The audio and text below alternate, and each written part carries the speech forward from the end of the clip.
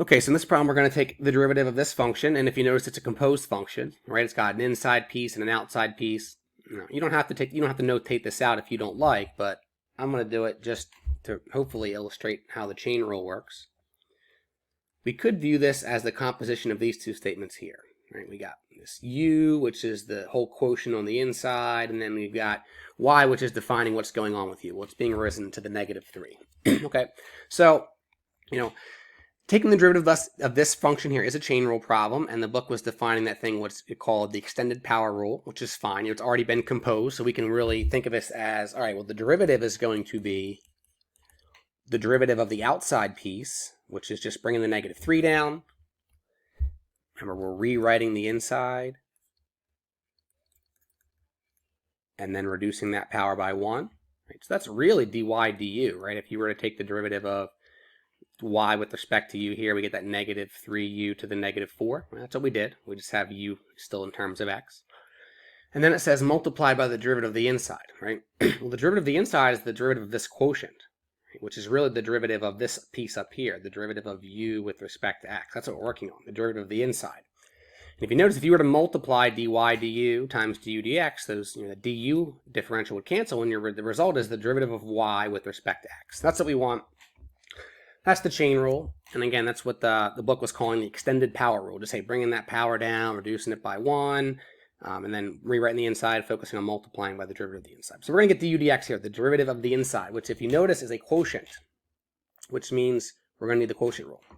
So derivative of that inside is going to be the derivative of the top, being 3, times the bottom, minus the derivative of the bottom, which is 4, times the top, all over the bottom squared.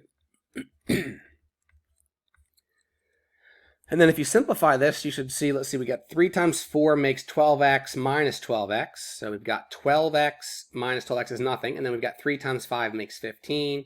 And we got a -4 times a -2 is a +8. So we got 15 times 8 makes the 23 over this 4x plus 5 squared. So this is our du dx.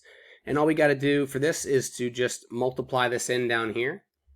And, it should take this out of that as an answer if you were to just put this factor right next to this one. Now, that being said, even though it takes that answer, it should anyway, there is a more simplified form. And if you were to get this problem wrong and then modulus plus tells you what the correct answer is, it's more likely to give you a more reduced version. So let's actually work to get a reduced version of this problem. Now, the way to see this, hopefully, is that you can notice, well, I've got this 4x plus 5 tied up into this quotient. I've got 4x plus 5 tied up into this quotient. Well, maybe there's some kind of way to cancel out common factors here, or maybe combine them, condense them. So let's start with the fact that this negative exponent up top here is really, negative exponents in general are reciprocal operators, right? It says take the reciprocal of whatever it's being applied to. So in this case, it's being applied to the quotient. So if we flip the quotient, right, take the reciprocal of this quotient, we can get rid of that negative exponent on the 4. And what's good about that is, or you could distribute it. You could distribute the -4 to top and bottom, and then flip them. The result's going to be the same. Right?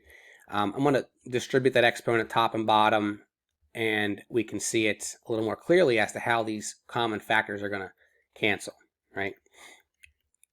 Because we've got 2 factors of 4x minus 5 over here on the bottom. So whether you want to distribute the -4 top and bottom and then flip, or flip first and then distribute the +4 again, it's the same result. Once you've gotten here, hopefully you can see, well, I've got 4 factors up top here, and I've got 2 factors down below here. So really what that amounts to is only 2 factors up top, right? Because these will cancel, and it'll cancel out 2 of those, leaving 2 behind. So if we simplify this, we should hopefully, let's see, I guess I'll stick with the answer in red then. We've got -3 times 23 is -69. We've got 2 factors of 4x plus 5 left up top. And we've got 4 factors of 3x minus 2 down below. And this should be the final answer, right? So if you get it wrong, modulus plus should give you this as the result. But again, you don't necessarily need to fully simplify it.